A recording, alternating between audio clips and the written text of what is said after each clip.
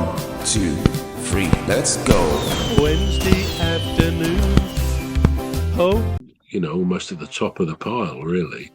So it is strange, and it's no reflection, I'm sure, on Manchester City, because they are almost as big a draw as any other club. They're a big, famous, very, very talented football club. So I'm surprised, and when I watch the game later, I should keep an eye out to see if you can see empty spaces, on the terraces in the stands, because it's a game, surely, as we get nearer to the end of the Champions League, that would attract thousands of people, such that lots couldn't get tickets. That's the sort of match I would have thought it will be. So that's going to be an interesting one. But whatever the score there, I don't think yet we've got to a situation where a significant number of football fans are saying, actually, I'd rather watch it at home. You can understand that if there was a resurgence of violence in football stadiums, but generally that's been, touch wood, that's been dealt with, and they're safe places even for families to go for the most part. So I don't think it is anything to do with that. But no, I for the average football follower who's not a specific fan of a club who likes watching football, if the circumstances are right, they might say, I'll get a ticket for that game. But otherwise they'll simply say, no, I'll watch it at home. But I wouldn't have thought that this is going to be a downtime for people attending football. I mean, you asked the question, do you think it is that people preferring to watch it online or on TV? Yeah, I mean, when you look at physically going to attend a football match, there's a lot to prepare into. You've got to think about what time you finish your work, if you're working 9 to 5 or whenever the match is played.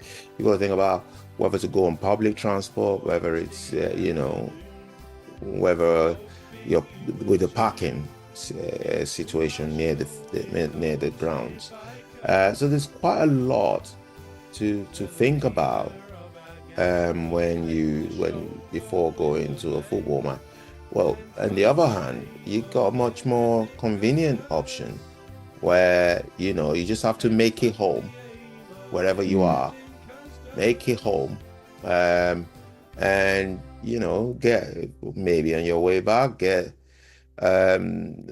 some cans of bottles of beer. Yep. Order a pizza. You sit down there and you can watch the game. And of course, the other factor is, just to interject there, the other factor is the money. It's not cheap nowadays watching football. It really is not cheap. And if you've got train fares, bus fares on top of that, it proves to be a very expensive evening. So football does have to be careful, I think, not to price out a lot of would-be fans or current fans who reach a breaking point and say, no, I can't afford to pay these increased charges to go and watch the game. Ticket prices are high, certainly in the Premier League.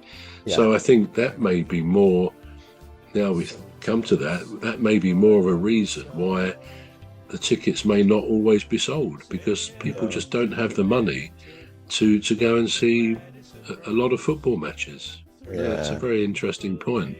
Yeah. And another thing that I was just thinking about was, I thought about it, was the cost of petrol these days, with everything just going up. Well, do I want to, you've got, because, you got to have a budget, aren't you? And if it's unexpectedly cutting into your budget, you might want.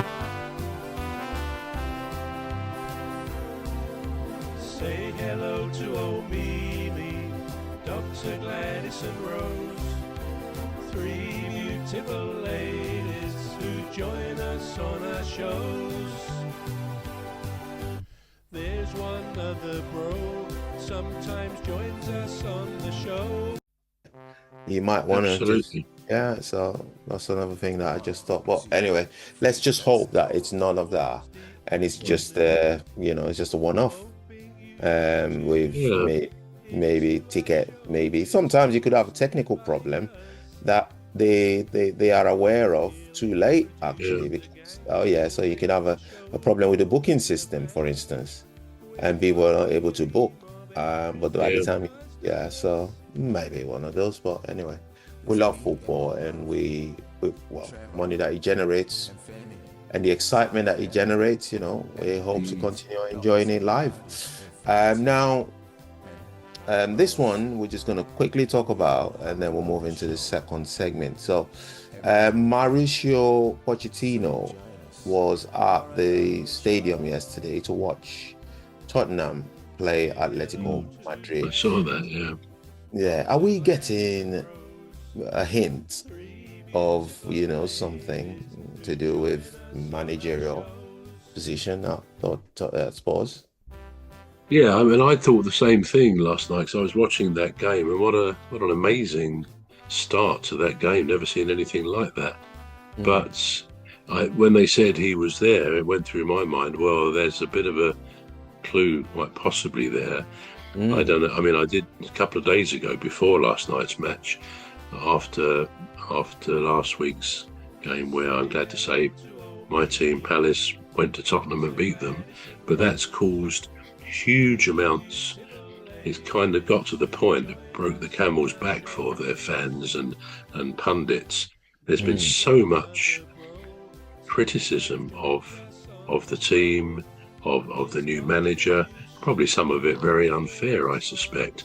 But yeah, and as I say, before last night's match, I read that the board had said they're going to keep the manager, Igor Tudor.